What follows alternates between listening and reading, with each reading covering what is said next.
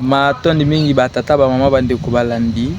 ba bolingaka biso bolandaka biso ebele bolandaka ba réseaux sociaux na biso ebele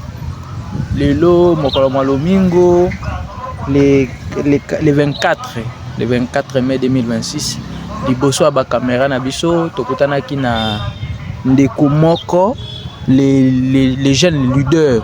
ya province ya Équateur oazali moko na kati ya ba jeune ba balingaka ntombo ya mboka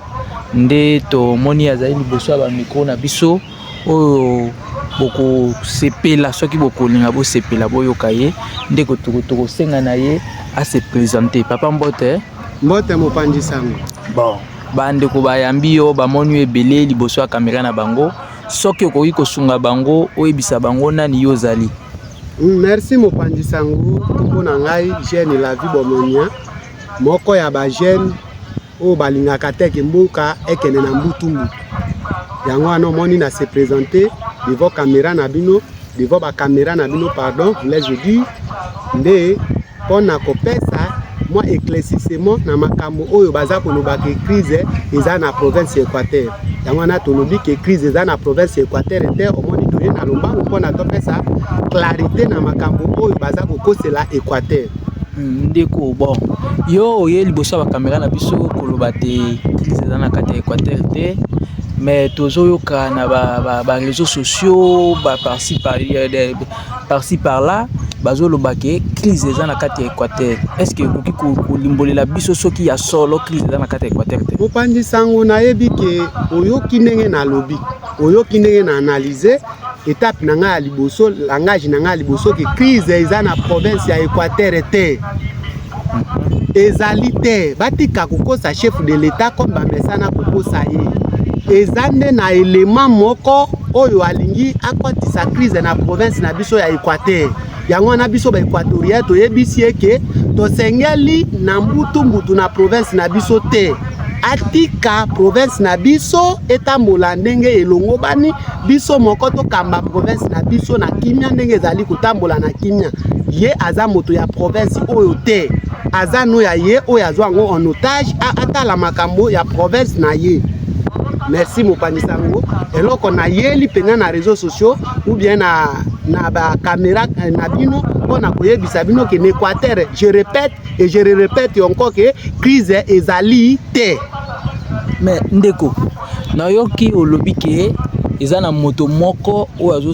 azoluka te azokosa aleka gauche droite asala te bato bakanisa ke na kati ya Équateur crise ezali e obandi pe kobenga moto yango ke olobi atikela bino province na bino ya Équateur Nzambi azali mona ya Équateur te. Est-ce que tokoki koyeba ndeko yango oyo azosala te crise eza na kati ya Équateur? Bon mopanzi sango oyebi le nouveau riche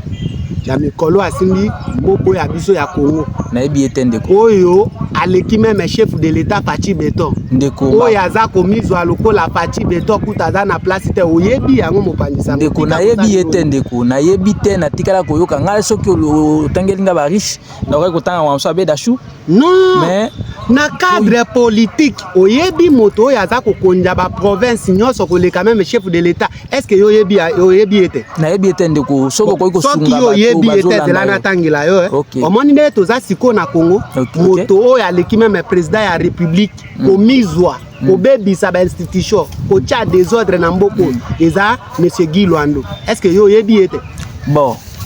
koyeba monsieur Guy Luando na yebi ye beau ministre mais natikala koyeba na kombo ozobenga nouveau riche te quand même toza kobenga nouveau riche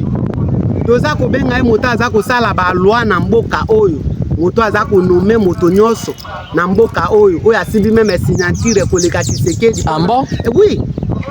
toza koyebisa makambo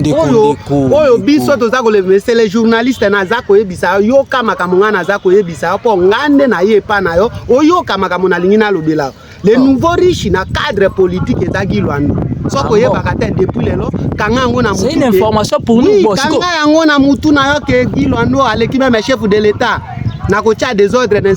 ya chaka nde désordre ya chaka ya lekakisika mokote ndeko eko eloko propos tenir kamusi biso mingi obenga yeke azali nouveau riche aleki chef de l'état na mo aleki chef de l'état na signature makambo ozolo est-ce que ça vrai mais ye alobaka ke chef de l'état salaka nde ba ordre na ye exécutaka nde ba ordre na ye ambo ya pesa chef de l'état oui voilà c'est ça mais